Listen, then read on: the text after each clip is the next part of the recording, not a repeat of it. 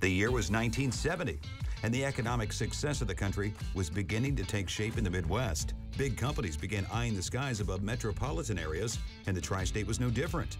The era of skyscrapers and large-scale office space designs were beginning as retail and shopping habits had changed. Although towering skyscrapers never emerged in the River City, plans for what would become the centerpiece of the Evansville skyline were already underway. Local historian Stan Schmidt explains the limitations in place ahead of developing an 18-story building in downtown Evansville that would become the tallest between Indianapolis, St. Louis, Louisville, and Nashville. Up until right before they announced that they were going to build this building, the limit downtown was 10 stories. The bank building that this replaced, that was 10 stories. Southern Securities and Holman were both 10 stories, and that was all you could build in Evansville downtown. In August of 1967, there was an article on the front page of the paper that who wants to build a 30-story skyscraper? With a new limit of 300 feet approved, plans for the demolition of the previous property were underway. The property housed dozens of businesses and offices for over 40 years, but the trend took a pivot when its biggest tenant moved its headquarters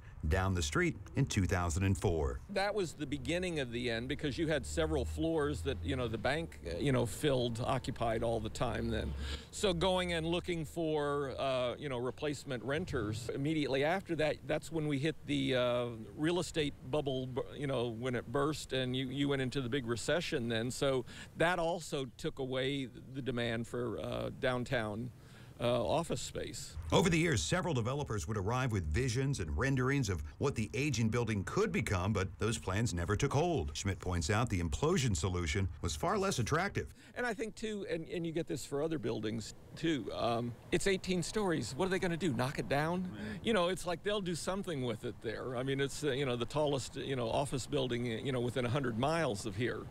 There. And that's the one thing here, when this comes down there, it's going to just change the downtown look. You look at pictures, since the 70s of this area, and this just dominates downtown.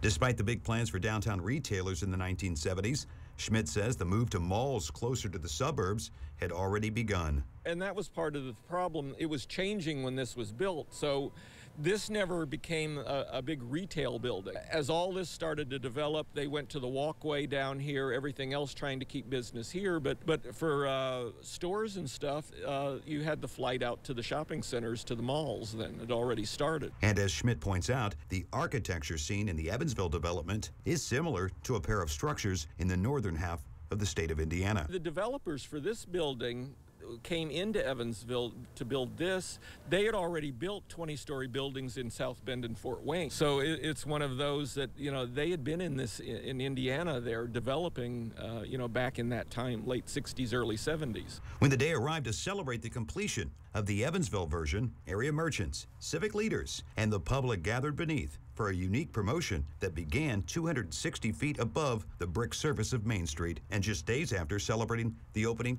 of another downtown property. They topped out this building the day after they dedicated the Civic Center. They had planned this elaborate ceremony for the, the finish of actual vertical construction. Part of the celebration, they invited the public because they were going to give out gifts.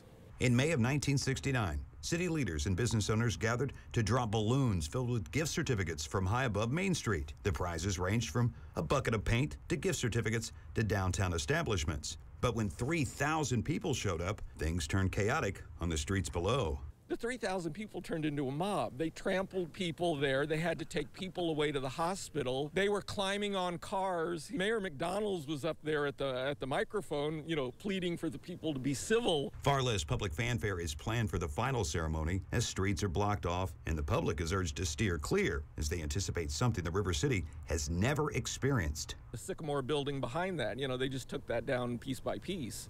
So yeah, there hasn't been any large implosion. The other set of grain elevators at Eigelhart, they used a wrecking ball and just took them down piece by piece. So this is something new for here. And with the exit of the 420 main building, something new will soon emerge in its place, supporting a new chapter of commerce and progress in the River City for decades to come.